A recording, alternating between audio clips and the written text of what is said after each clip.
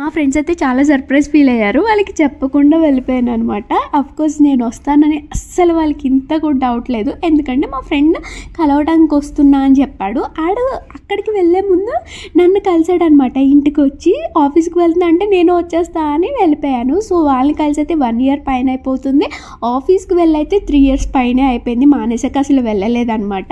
And లోపలికి వెళ్ళాక visitor pass అయితే ఇచ్చారు. ఇంకా ఆ పాస్ పెట్టుకుని వాడే ఓపెన్ చేసేసా అనుకున్నాడు అనమాట. నేనే ఓపెన్ చేస్తా, అవి నేనే ఓపెన్ చేస్తే, ఇది నాది, ఆ ట్యాగ్ నాది అనుకుంటూ తిరిగేశాడు ఆఫీస్ అంతా. చాలా హ్యాపీ ఫీల్ అయ్యాడు. అండ్ వెళ్ళగానే వాడికి కనిపించింది ఇది అట్రాక్టివ్గా అనమాట, ఈ ఫోటో స్పాట్ బూత్ అనేది. ఎస్, నేను వర్క్ చేసింది అమెజాన్లో. కానీ 30K పర్ మంత్ వచ్చిన రాని హ్యాపీనెస్ దీంట్లో 1K రూపీస్ పర్ మంత్ వచ్చినా వస్తుంది. ఆ 1000 రూపాయలైనా నాకు చాలా సాటిస్ఫాక్షన్ ఇస్తాయి అనమాట. అప్పుడు చేసినప్పుడు నెల జీతం పడుతుంది, ఓకే అలాగే ఉండేది. కానీ సో ఎప్పుడైతే ఇంక అది మానేసి ఈ పేజ్ అయితే స్టార్ట్ చేశానో దీంట్లో కొంచెం డబ్బులు వచ్చినా ఆ మనీతో నాకు కొనుక్కున్న చాలా హ్యాపీగా అనిపిస్తుంది అనమాట. అంతే కదా, ఇష్టంతో చేస్తే కష్టం అనిపించదు అన్నట్టు. అండ్ ఇంకా ఇక్కడైతే చూసారు కదా, వాడైతే గేమ్స్ అయితే అక్కడ కొన్ని ఉన్నాయి అండ్ జంక్ ఫుడ్ తినేసాడు.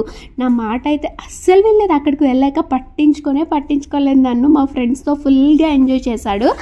అండ్ ఇంకా మళ్ళీ పాస్ వెనక్కి తిరిగి ఇచ్చేసి బాయ్ చెప్పేసి అందరికీ మళ్ళీ తిరిగి రిటర్న్ అయితే స్టార్ట్ అయిపోయామన్నమాట. నేనైతే చాలా చాలా హ్యాపీ ఫీల్ అయ్యాను. ఎందుకంటే సడన్గా వెళ్ళాను కదా, అందుకని నిజంగా ఆఫీస్ డేస్ని అయితే మిస్ అవుతూ ఉంటాను. మళ్ళీ జాయిన్ అవ్వాలనిపిస్తుంది.